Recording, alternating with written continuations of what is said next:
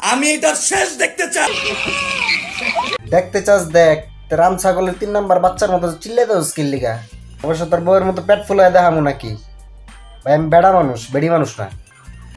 ওদের হাতে ছিল, হ্যাঁ ওদের হাতে ছিল অগ্নি অস্ত্র। একটা কোশ্চেন, অগ্নি অস্ত্র দিয়ে কি আগুন বের হয় নাকি বুলেট বের হয়? ভিতরে পন্থা আসে, ঠিক আছে? এইগুলির বাদ দেন ভাইয়া, আসলে নীতির পক্ষে কথা বলেন।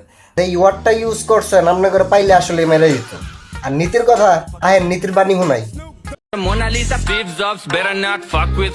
যে ওয়ার্ডটা ইউজ করছেন হ্যাঁ, পলায় বড় হইলে কইবা মায়ে এই কথা কইছে আমারে, তাহলে তো খারাই দিতাম গা, কিন্তু বুঝতাম।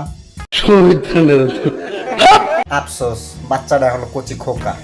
তোমার প্রেগন্যান্সির ভিডিও তোমার সন্তান যদি বড় হয়ে দেখে তখন কি বলবে? বলবে my mom was really very proud to show me.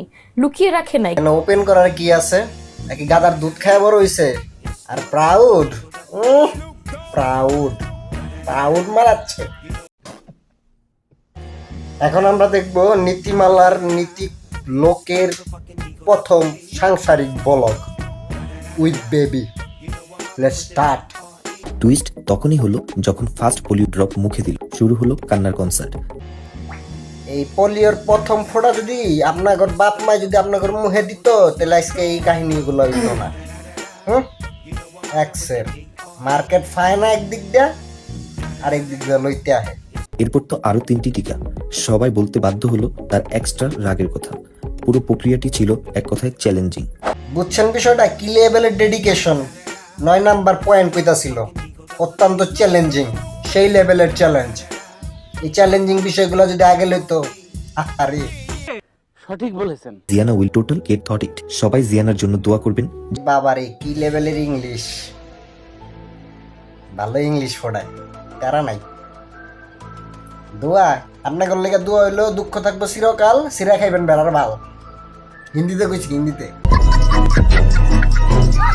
এখন আমরা দেখবো নীতি কথার দ্বিতীয় পর্ব। Let's go.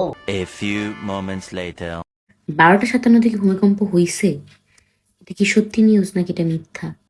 মাত্র আবার ভূমিকম্প হইছে, কিন্তু ভূমিকম্প ভূমিকম্প ভূমিকম্প।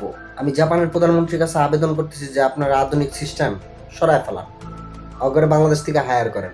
টাকা দেওয়া লাগবে না, খালি ফ্রিতে খাওয়াইবেন, ঠিক আছে? এতে আপনাদের সুবিধা হইলো, আপনাদের ভিডিও লাইভের মাধ্যমে তারা খবর পৌঁছায় দিব, এতে আপনারা সেফ হয়ে যাবেন।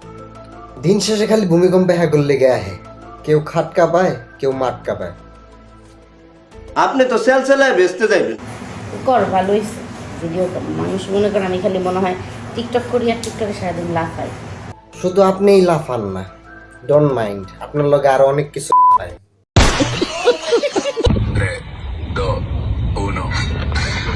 দিন শেষে 11 মতো পাবলিক রে কারা হায়ার করে বানায় মানে video, I have no clue, I have no idea. আর কারাই বা দেখে? এগর ভিডিও খালি আমি রিলসেই দেখছি, আর কোনো কন্টেন্টে আমার দেখার রুচি বাদে নাই এখন পর্যন্ত, ঠিক আছে?